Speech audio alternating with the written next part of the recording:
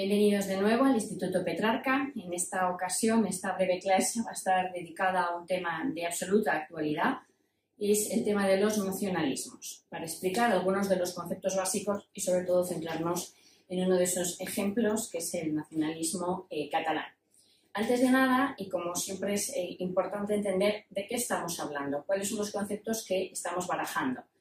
Como pueden ver en la diapositiva, allí hay tres palabras clave: nacionalismo, nación versus Estado. Vamos a entender qué es cada cosa. Empezamos por la palabra nación.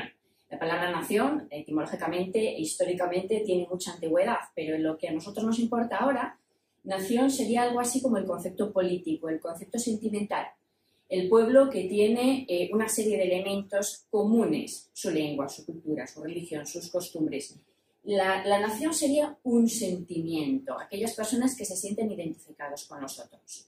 Estado, por el contrario, sería la institución, es decir, la que da y representa a esa nación, política, jurídica, legislativamente, etc. Es decir, son las instituciones que representan y, por lo tanto, la función de un Estado es la de protección, entre otras muchas cosas, tanto de los recursos naturales como de los recursos humanos, las personas que forman parte de ese Estado.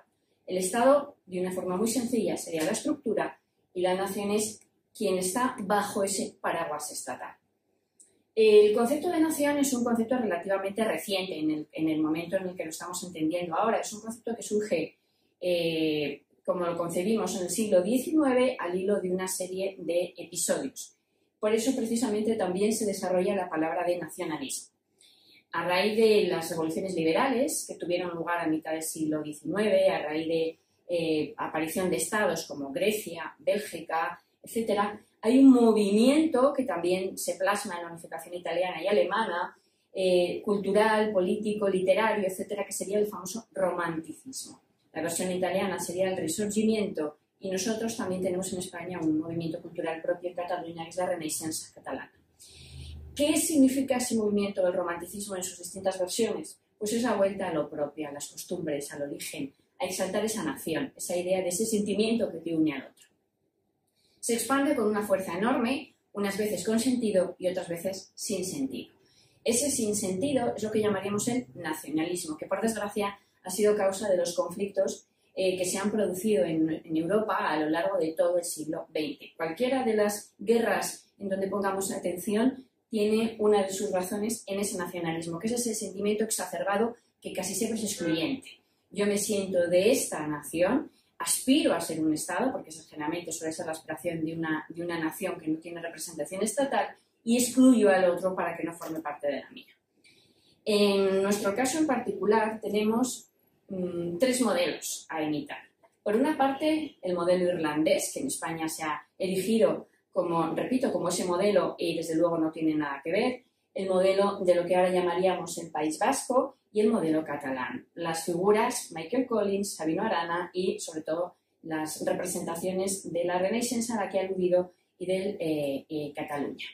Pero vamos a ir un poquito atrás y solamente quiero que se fijen en estos tres mapas. Y les voy a dar un dato.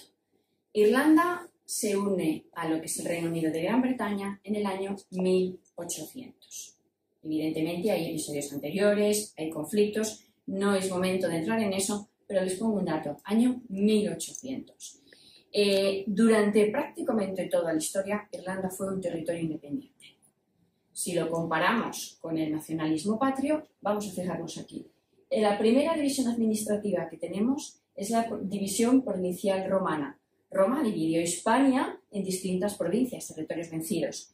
El más conocido es la llamada Tarraconense, la provincia de Tarraco. Tarraco coge Cataluña y el actual País Vasco.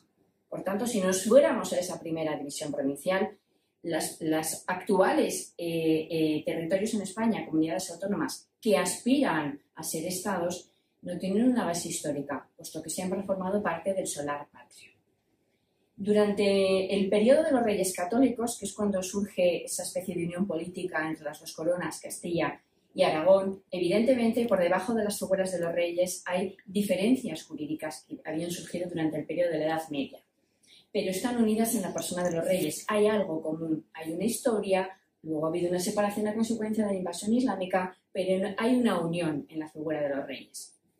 Y a consecuencia de la guerra de sucesión española, que ahora la voy a explicar un poco por encima, precisamente estamos viviendo recientemente el famoso episodio de la Diada, España vuelve a una división provincial casi, desde luego en mucho más número, pero como habíamos visto en sus orígenes. Vamos a centrarnos en el nacionalismo catalán. El nacionalismo catalán, como el vasco en particular en España, están fundados en mitos. Esto es bastante fácil de explicar, aunque parezca una opinión muy taxativa, y efectivamente lo es, pero como siempre si nos remontamos entenderemos por qué. El conflicto arranca de la famosa guerra de sucesión española, y las palabras son las que son, sucesión, es decir, es un conflicto entre dos pretendientes que aspiran al trono en España. El archiduque Carlos de Austria y Felipe V, la rama borbónica y la rama austriaca. Cada uno de ambos pretendientes va a tener seguidores. El testamento de Carlos II, el último de los Austrias, es muy claro. Entre otras razones, un testamento cuando nace de un rey es una ley de obligatorio cumplimiento. Y el rey obliga a observar las leyes, fueros y costumbres de dichos reinos. Si tú tienes un testamento, has de acatarlo. Ese es el primer compromiso que adquirió la corona Felipe V cuando es nombrado rey de España. Bien, en esa guerra de sucesión española, repito, en todos los territorios hubo partidarios de uno y de otro bando. De hecho, hubo un juramento por los territorios de la Corona de Aragón en un primer momento que juraban fidelidad a Felipe V. Juramento que luego rompieron, digamos, con los cantos de sirena que le ofrecía el archiduque Carlos de Austria. Precisamente por eso hay tres razones por las que Felipe V decide imponer un castigo de tipo jurídico, que serán los llamados decretos de nueva planta. ¿Cuáles son razones? Las razones: testamento, repito, él había sido elegido por testamento. 2, juramento, las distintas cortes de los diferentes reinos que habían jurado fidelidad. Todavía hoy en España, lo hemos visto con Felipe VI, las cortes juran fidelidad al rey. Y 4, derecho de conquista. Durante la guerra de sucesión, él conquista Aragón y Valencia. Con esas tres razones, él castiga a los territorios con los llamados decretos de nueva planta. Esos decretos de nueva planta, en el fondo, ¿qué son? Es hacer, como su propia palabra indica, una nueva planta judicial en todo el territorio. Desaparecen las coronas, desaparecen los reinos, pero no desaparece todo. ¿Qué es lo que se deja? Fíjense, se impondrán las penas, las probanzas, según las constituciones que antes había en Cataluña. No se elimina todo, se observen las constituciones que antes había en Cataluña establecidas de nuevo. ¿Cómo es posible sentirse agraviado cuando te mantienen determinadas particularidades? Las particularidades que se conservaron están recogidas hoy en las llamadas compilaciones forales, ¿no?, que tienen los territorios con un derecho privilegiado. Ese derecho privilegiado se ha elevado a la máxima categoría exigiendo pues todo lo que estamos viendo ahora mismo en la actualidad española, sin un fundamento determinado. Si eso hubiera sido así, si ese famoso 11 de septiembre de 1614, cuando Cataluña capitula, se les hubieran quitado todos los fueros, no nos encontraríamos expresiones como esta, ¿no? Por ejemplo, derramar la sangre y la vida por el rey, por el honor, por la patria y por la libertad de toda España. Es curioso que los famosos comunes, dijeran estas expresiones al hilo directamente dentro del contexto bélico.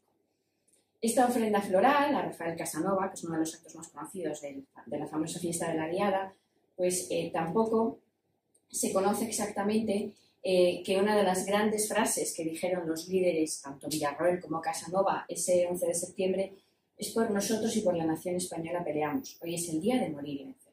Por tanto, la gran pregunta es: ¿en qué consiste el nacionalismo? Está hecho sobre un mito. Se quita, se pone, se construye una base que tiene pies de barro. Evidentemente, cuando un monarca llega a un territorio, lo que elimina es la coraza de esa nueva estructura, es decir, el derecho público, pero mantiene el derecho privado, que es lo que se conserva. Hay dos razones por las cuales el nacionalismo en España está basado en un mito. La primera, hay una unión histórica que viene desde siempre, y la segunda, no se elimina todo, sino se dejan sus particularidades para crear una nueva planta judicial en todo el territorio nacional. Esto es dicho un 2% de todo lo que convendría explicar, pero al menos poder entender un poco que es muy fácil construir un mito y sobre todo el mantenerlo en el tiempo. Nada más, muchas gracias y esperamos verles en Petrarca en este otoño.